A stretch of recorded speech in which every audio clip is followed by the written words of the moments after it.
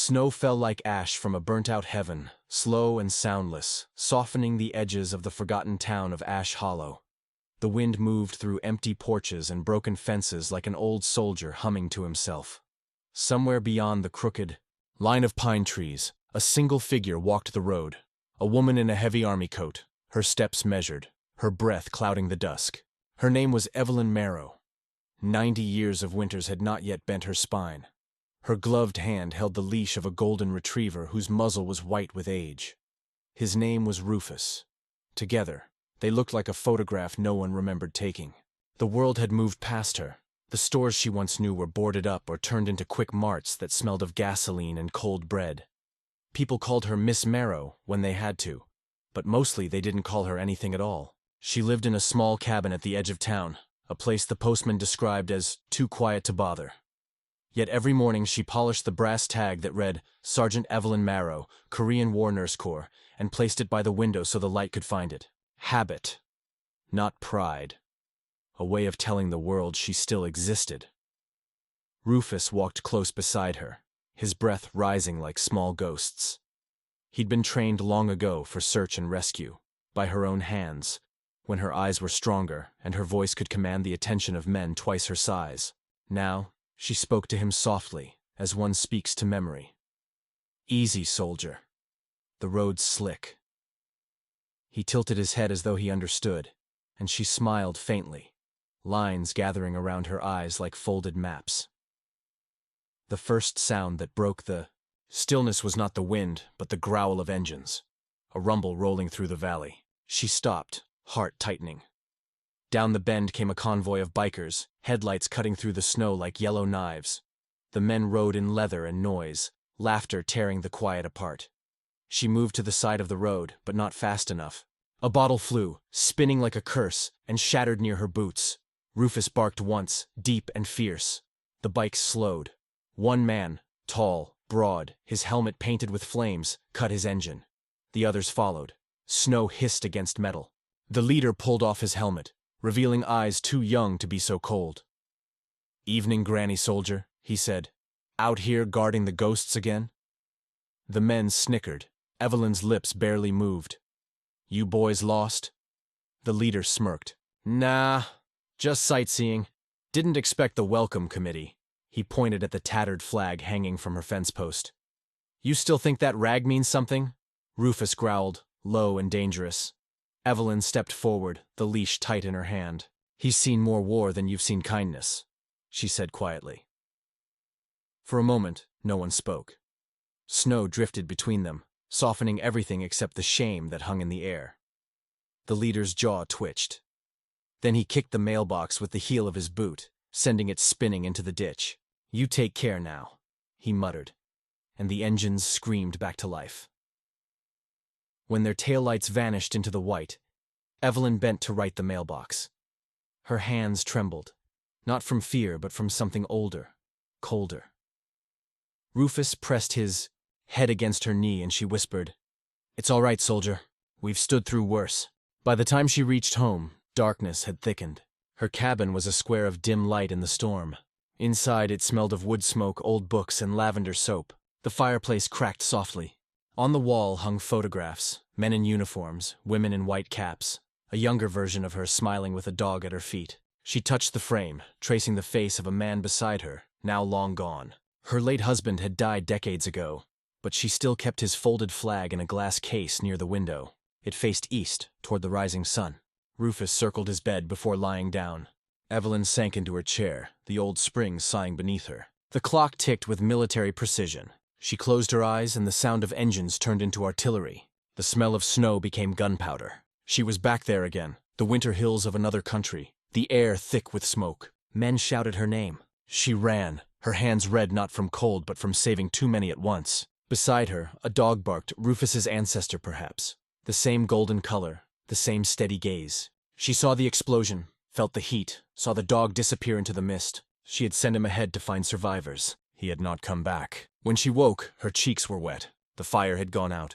Rufus was sitting upright, watching her with eyes that seemed older than any human's. "I dreamed of them again," she whispered. "All the faces I promised I wouldn't forget." She reached out.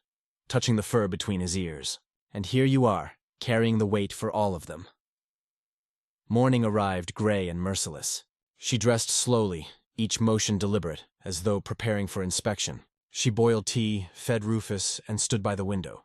Outside, a few townsfolk trudged through the snow, faces buried in scarves. They saw her silhouette and turned away. It wasn't cruelty, not exactly, just discomfort. No one knew what to say to a woman who'd outlived her time. She walked into town later that day, the cold biting her cheeks. At the diner, warmth pressed against her like a forgotten kindness. Conversations paused when she entered. She nodded at the waitress, who gave a stiff smile. Evelyn sat in the corner, ordering black coffee she barely touched. She folded napkins in precise squares, the way she used to fold bandages. The waitress whispered to another girl near the counter, and Evelyn caught fragments. Still wears that jacket. Thinks she's in the army. Poor thing. She said nothing. Silence, she had learned, was stronger than argument. When she left, she placed $1 tip on the counter, an exact polite gesture, and stepped back into the storm. That evening the wind rose again. She built a small fire, read from her worn copy of The Narrow Road to the Deep North, murmuring the lines she loved. Every turn in the road leads to the snow. When the storm knocked against the windows, she simply turned another page. Then came the sound, low at first, then unmistakable. Engines again, closer this time. The same laughter, the same bravado. She stood, her body tightening like a drawn bow. Rufus barked once, a warning. Through the frosted glass she saw them. Headlights swinging, tires spitting slush. The bikers had returned. They stopped in front of her gate. The leader dismounted, breath fogging the air. "Thought we'd check if the flag's still standing," he called out. His boots crunched on the snow as he approached the porch. The others watched, engines idling. Evelyn opened the door. "You boys looking for trouble?" she asked quietly. Her voice was soft, but carried a strange authority, like the sound of an oath remembered. Colt Haver, that was the name someone once shouted at him, grinned without warmth. "Just passing by. Didn't like how you looked at us." Rufus's growl rose again. Evelyn took a single step forward. The firelight from inside the cabin threw her shadow long across the snow. For a heartbeat, she seemed enormous, timeless. "You should go home," she said. "There's a storm coming." Colt laughed, turning to his friends. "You hear that? Grandma's giving orders." He kicked at the snow near Rufus. The dog lunged, teeth flashing, but stopped short at her command. "Down!" she barked, and the word carried the weight of command honed through decades. Rufus obeyed instantly, settling but still trembling. Something in Colt's expression changed then. Not fear, not guilt, but confusion. He looked at the old woman standing straight in the doorway, the dog at her feet, and for a moment he saw not weakness, but discipline. A soldier. He turned away abruptly, muttering something, and the gang followed him into the night. Their laughter faded with the engines until there was only wind again. Evelyn stood for a while at the door, one hand gripping the frame. The night felt colder, emptier. She looked up at the flagpole, the fabric torn, one corner frozen stiff. Carefully she pulled it down, folded it by the firelight. Rufus watched, his tail sweeping the floor like a slow metronome. Later, as she sat with her tea, she spoke to him again. "They don't understand, do they? The noise they make. It's the same noise the young make when they don't know what to do with pain." Her voice faltered. "Once I was that young too." Rufus rested his head on her knee. She smiled faintly. Outside, the storm thickened, wrapping the house in white silence.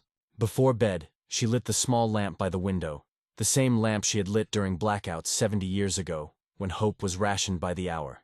The light flickered against the glass, faint but steady. She watched the reflection of herself. Wrinkled face, metal pinned crookedly, eyes still sharp beneath their haze. The snow blurred her reflection until she could almost imagine she was fading into the night. Then she whispered, more to herself than to the dog. "They don't need to remember. We remember enough for all of them."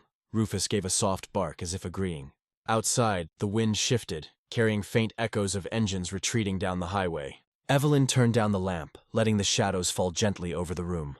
The fire dimmed to embers, and the old clock ticked in rhythm with her heartbeat. For a long while there was nothing but the sound of snow touching glass, a soft, eternal rhythm. She leaned back, eyes half closed, one hand resting on Rufus's fur. Sleep crept over her like the falling snow, slow and forgiving. And as the night deepened, the storm outside began to roar again. A storm that would soon bring the next chapter of her story. The night when everything would change. But for now, the world was still. The war within her quieted. In that fragile silence between past and present, Evelyn Marrow and her old dog slept like two souls waiting for dawn. The storm came without mercy, a white curtain swallowing the valley and muffling every sound except the wind's low growl. Evelyn woke to the tremor of the windows, her breath misting in the cold air. The power had gone. The clock was frozen at 3:12. She moved slowly, striking a match and lighting the oil lamp. Its faint golden circle pressed against the dark, painting the walls with trembling light. Rufus lifted his head, ears pricking toward the distant hum of something unnatural. Engines, faint but real, cutting through the roar of the storm. Evelyn paused. The sound rose, then cracked into chaos. A crash, metal against wood, then silence.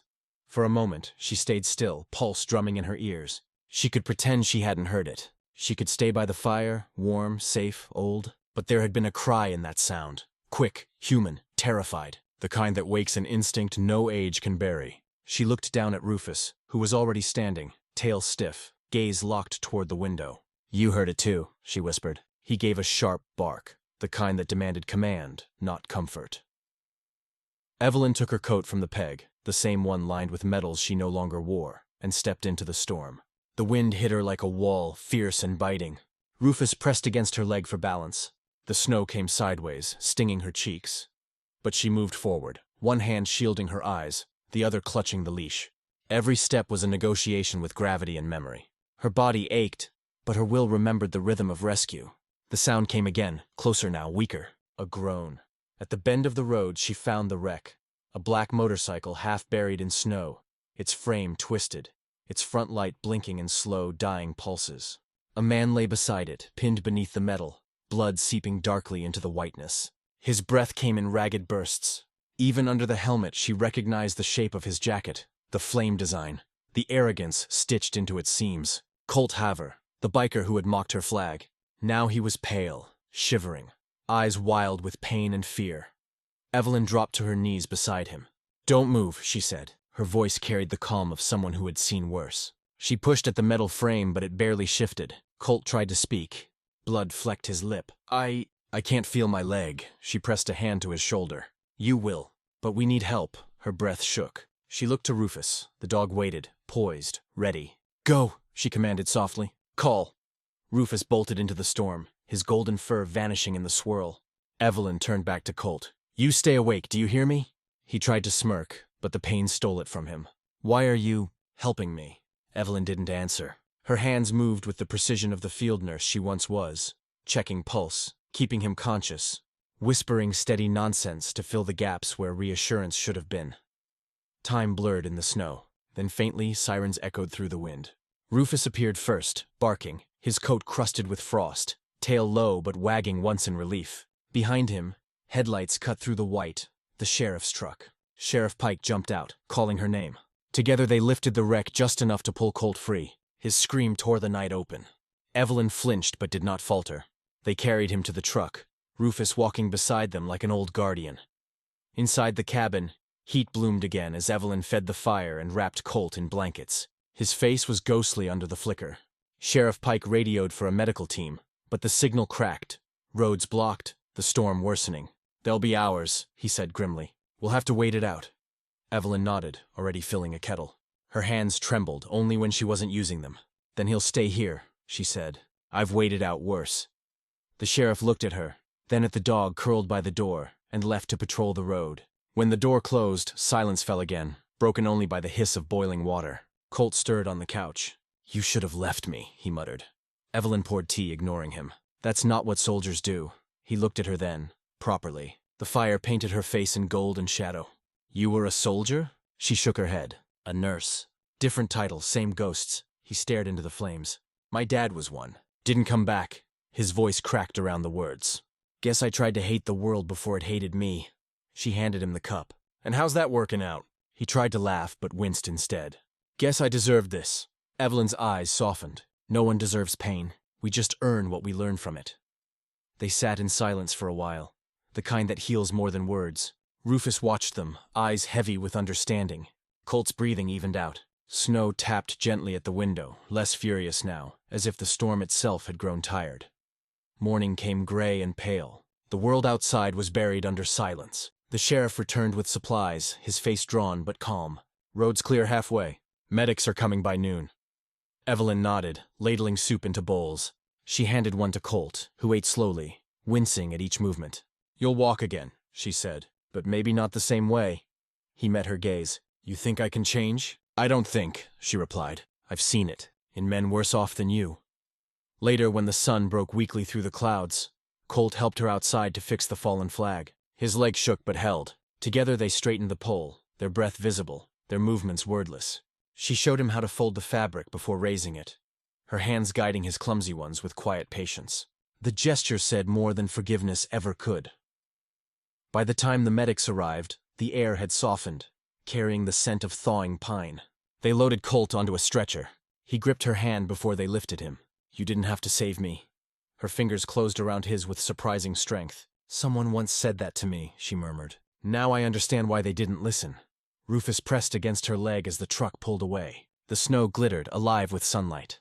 She watched until the road swallowed them, until all that was left was the quiet hum of the thaw. Days passed.